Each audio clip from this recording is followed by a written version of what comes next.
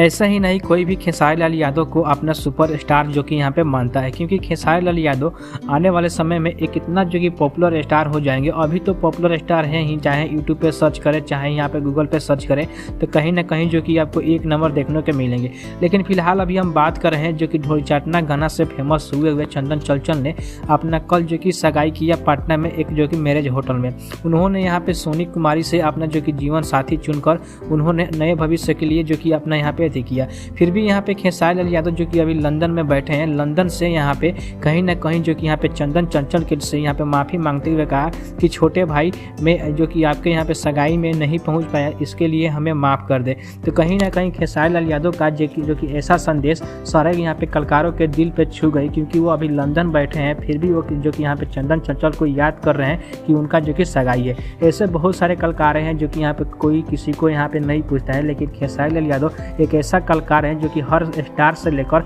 और छोटे मोटे जो भी कलाकार हैं सभी को अपना प्यार दिखाते हैं रहते हैं। तो